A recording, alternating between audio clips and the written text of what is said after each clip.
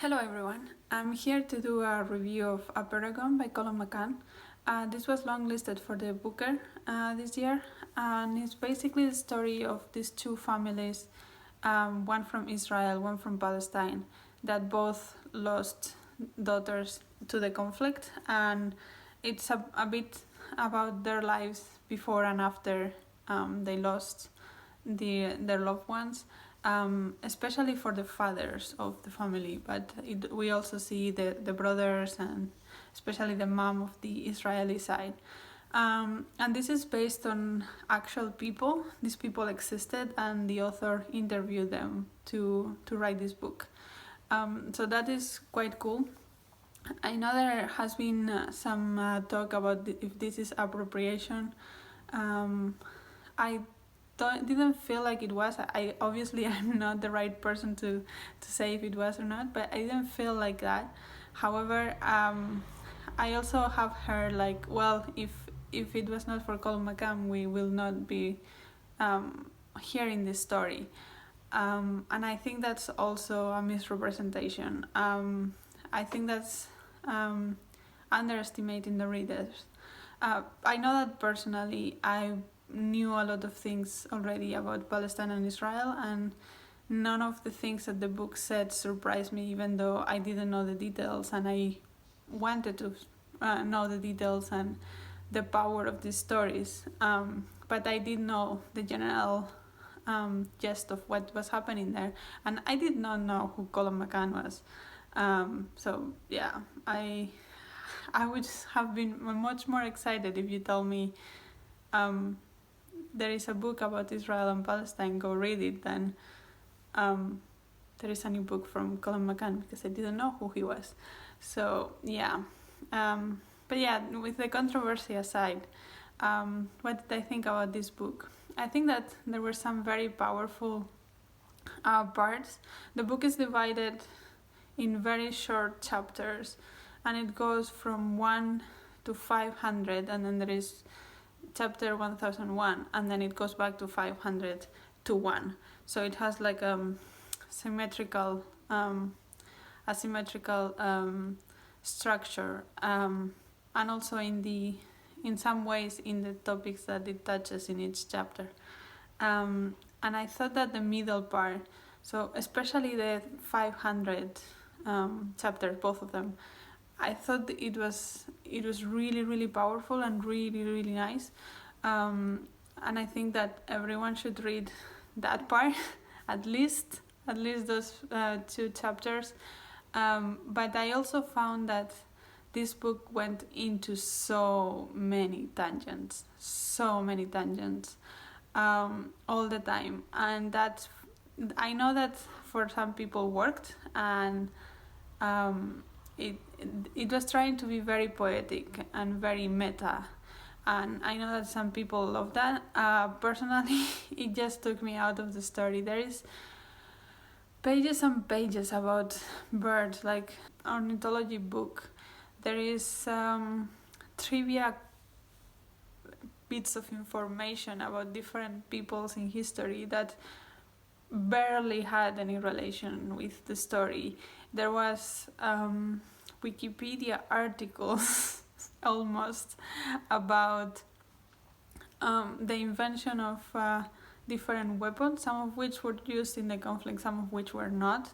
So yeah, it is all barely slightly related to the topic of the conflict, but the connections sometimes are so weak and so stretched that I just felt like the author was trying to introduce himself into these already very powerful and very worthy stories, and I thought that was not very well done. I thought that it broke the tension. I thought it made the book less powerful in what it was trying to do, and I thought that it was just the way of the author to claim the work instead of letting the stories by themselves be the center, in which case he probably cannot claim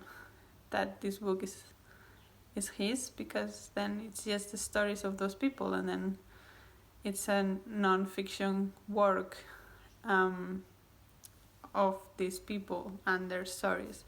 So yeah, that's I didn't like the tangents, and there are also, so he's trying to be smart in many places, right? And he uses, as I said, a lot of knowledge about birds, which I don't know, so I cannot double check. But he also sometimes uses, trying to use math and science as metaphors for something, and we have already established in this channel that I cannot deal with.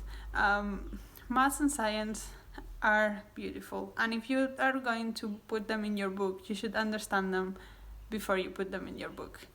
And I don't think this author did, and if he doesn't, he shouldn't put them in his book. So yeah, that's very, very much bothers me. All the people that are trying to be cool and putting maths and science in their books, please don't. Yeah, so one of the examples that irked me the most, and also because it was twice in the book, he says, if you divide death by life, you will find a circle. And then I think in the other, it says, if you divide life by death, you will find a circle or something. And that's not how math works. If he's trying to say that life has a cyclical nature, then it's like, if life is a circle and you divide it by death, and you have individual lives, which are lines, I would say that's a much more accurate way to put it, because this doesn't mean anything. And that way it would have also fitted much better with his idea of Apeirogon, which is like a shape with an infinite number of sides that almost looks like a circle. So that would have made much more sense in that context. So maybe you should check your math skills before you start using them. But yeah, so I didn't like that very much. The tangents and the use of science and math are not good.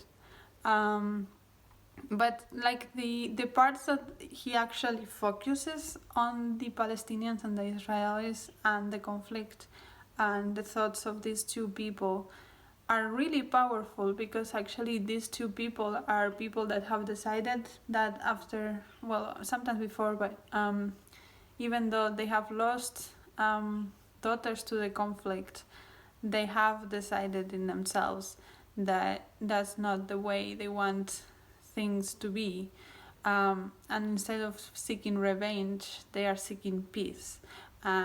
And I especially like the sections of the Israeli wife, because she's a professor in a university, and she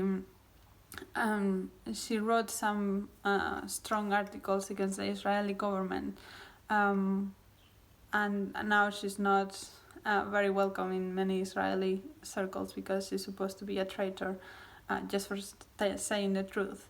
So I like that, and I like that the book realizes that the conflict is not symmetric, that Israel has a lot more power than Palestine, and Palestine is oppressed, and it also recognizes that to be able to solve the conflict, both sides will have to give up something, but probably the Israeli side has to give up more than the Palestinians, because they took more out of it. So I liked that idea and that message from the book, and I thought that, again, the parts that he actually focuses are a lot more powerful. And I have to say that after the first, 100-200 pages, he does focus a lot more, not completely. There's still tangents, but they're a lot smaller and they're a lot less frequent, so the book gets better. But so when the book focuses, it's good, it's really good, but when it just goes off, it goes off. So I have a bit of a conflicted view on the book. I don't really know where I stand with it, because some parts I really like, some parts are complete no for me. Yeah, and I think that the connections with these different things that he was trying to do were so weak that, yeah. So yeah, I hope this was helpful in any way. I know a lot of people absolutely love this book, so maybe I'm just the only one that thinks that this didn't work, what he was trying to do. But yeah, that is my opinion. Let me know if you have read it and your thoughts on it. Yeah, until next video, bye.